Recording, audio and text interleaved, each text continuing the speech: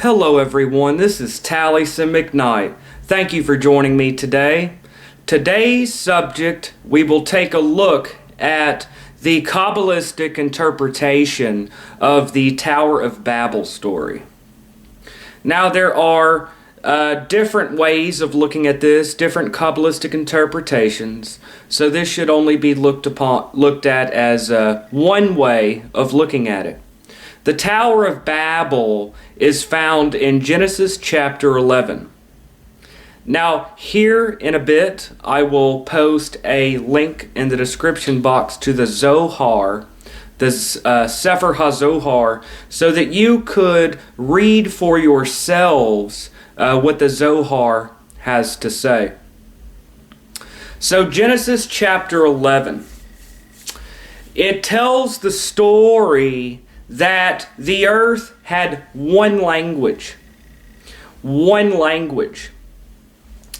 And they decided to build this tower and this city. And then they got different languages and were dispersed across the earth. So this story could be put into three phases. You had one language. The whole earth had one speech. Vayikal haret shafa echat. The whole earth was of one language. And they decided to build this tower, this city, and then they no longer understood one another. And from this you get different languages, and they were scattered across the earth. Now what does this mean? This tells us that the way that we get different languages, such as Spanish and Greek and Portuguese, Hebrew, that the way we get these different languages where we no longer understand each other is from this tower. Now, how does this occur? What is this tower that takes us from a primal unity into division and separation? Genesis 11 says, "And the whole earth was of one language. Vayhi, and it was, Kal Haaretz, the whole earth, Shafa Echat, one language. Vayhi Kal Haaretz Shafa Echat, and the whole earth was of one language." And they built this tower, and you get different languages, and they were scattered. The Kabbalah, the Zohar, it tells us that the tower is our own selfhood, our own egos. So building up a tower and a city is building up your own selfhood. And that from building up your own ego and your own building up yourself, we lose touch with a primal unity. And we no longer relate and understand one another, and confusion. So from one language, a tower, many languages. So Genesis 11 begins, Vayikal haret shafa echat, and the whole earth was of one language. Verse 1. Verse 2 says, Vahi banasam, and they journeyed mikadem, from the east. Vayimsuv, and they found Vika, a plain, Baharet Shinar, in the land of Shinar, Vayashuv Sham, and they dwelt there. So it says, verse 2, and they journeyed from the east and found a plain in the land of Shinar and dwelt there.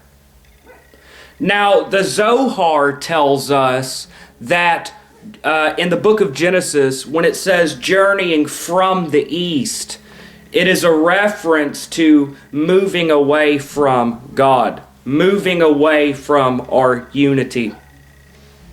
So, Kadem, east, Mikadem, from the east, has to do with moving away from God, moving away from our unity, moving away from reality.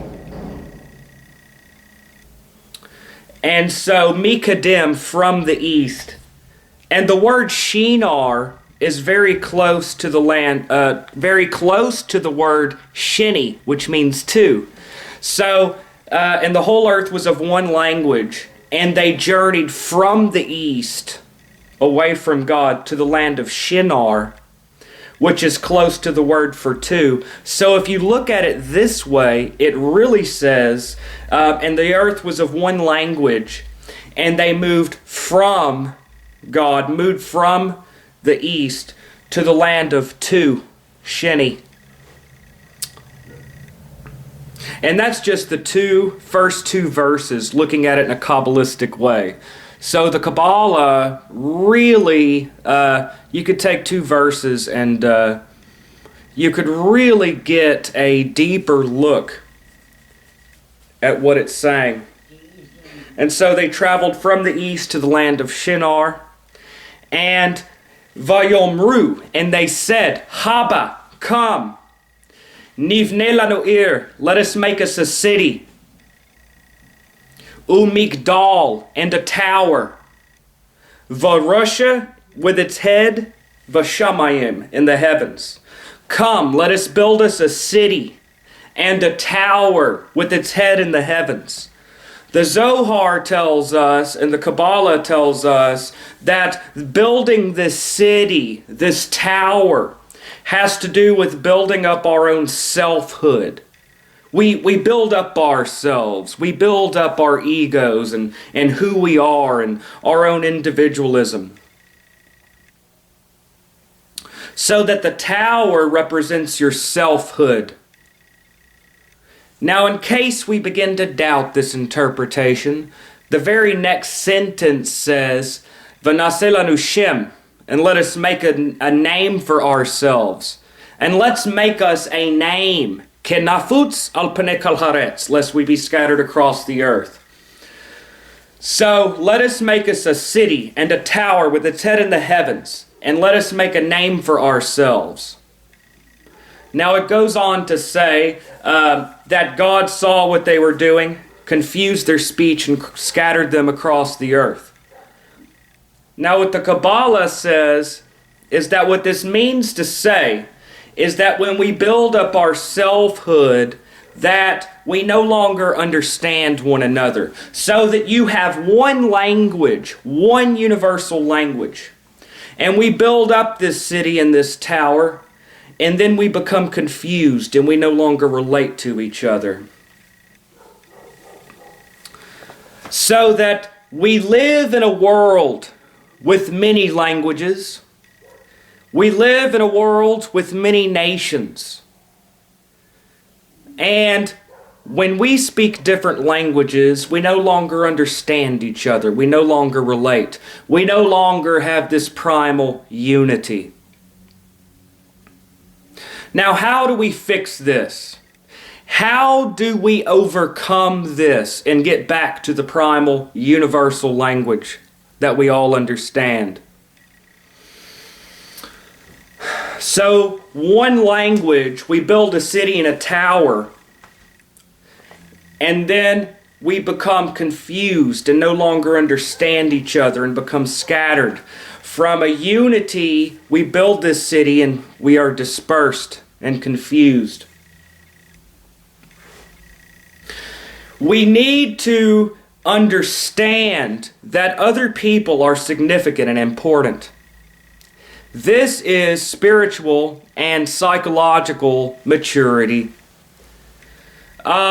When we begin our lives very self-centered, as a toddler, most children, when they're toddlers, the outside world has very little importance. It's all about me, and I want this, but it's mine.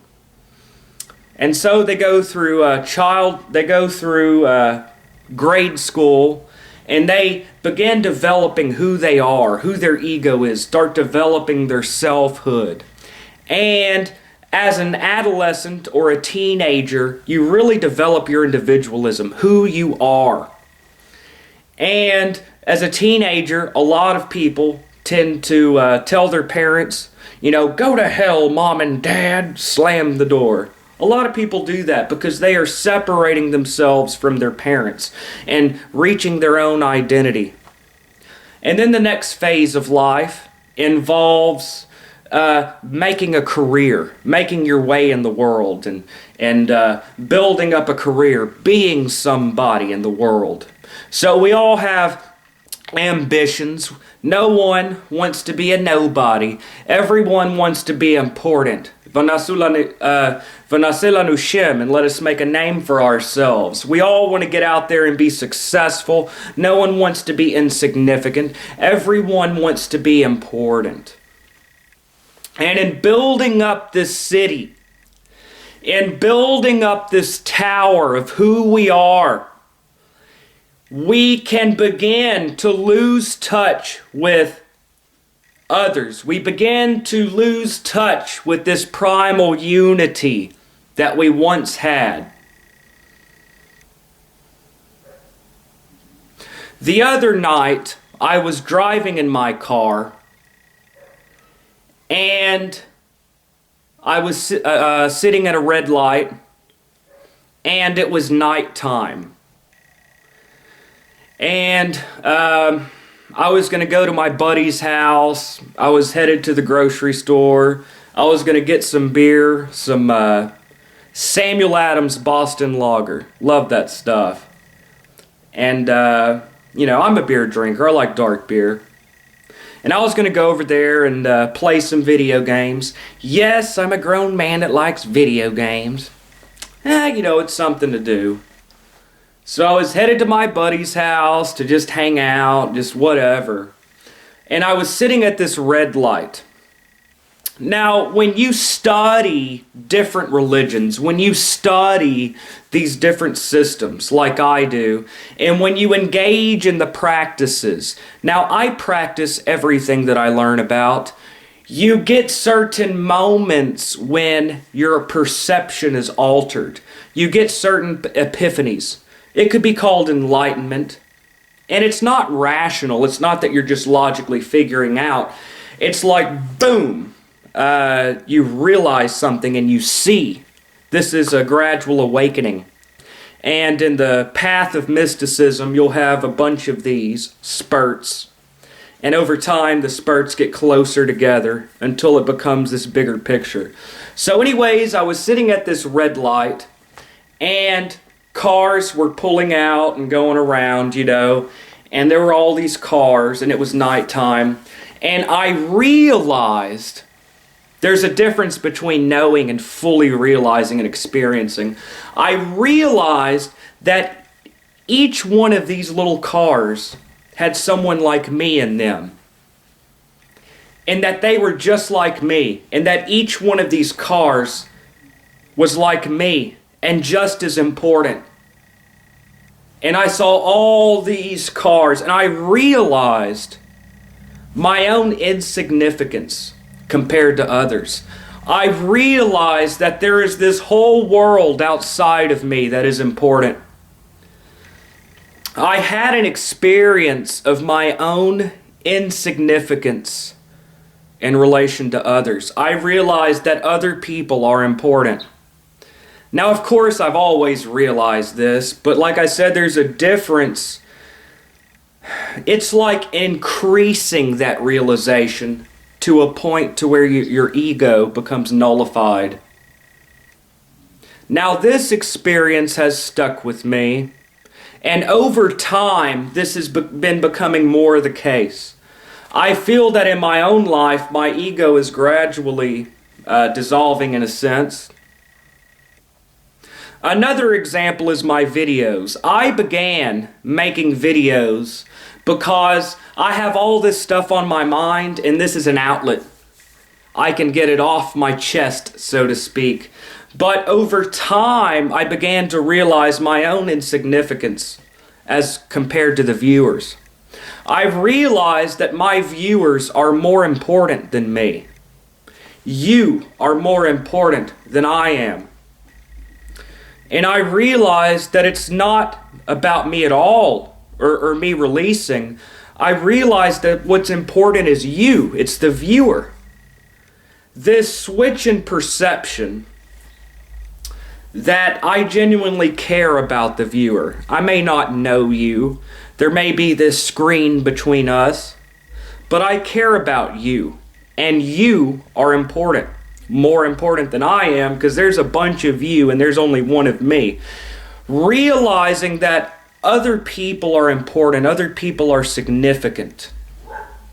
This is a way to bring down this tower. Now at this higher up level, like I said, there was one language.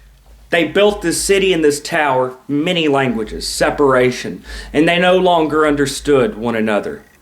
Now, students of religion, students of mysticism, many of us are familiar with the idea that there is this cosmic oneness, and that we're all have this cosmic oneness, and that our ego, or our illusion of the ego or self, takes this unity away from us.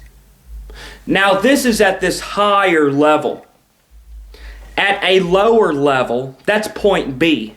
At a lower, more foundational level, point A, is simply that others are important. You have to start at point A before you go to point B. Other people are significant. So back to what I said, as a toddler, it's all about me, me, me. And then as a teenager, you develop who you are. And then as a young adult, you go out there and you obtain success. You want to have your head in the heavens. Vorosha Vashamayim, your head in the heavens. And we build up this tower, we build up this city, and we try to make our way in life. Now, spiritual maturity, what many Kabbalists would consider the age of 40.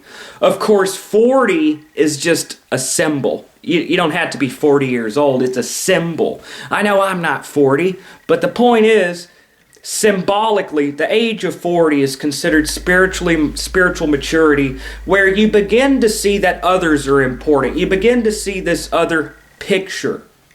Now, in order to obtain mysticism, we need to learn to transcend our egos. We need to learn to transcend our selfhood and realize that other people are significant and important.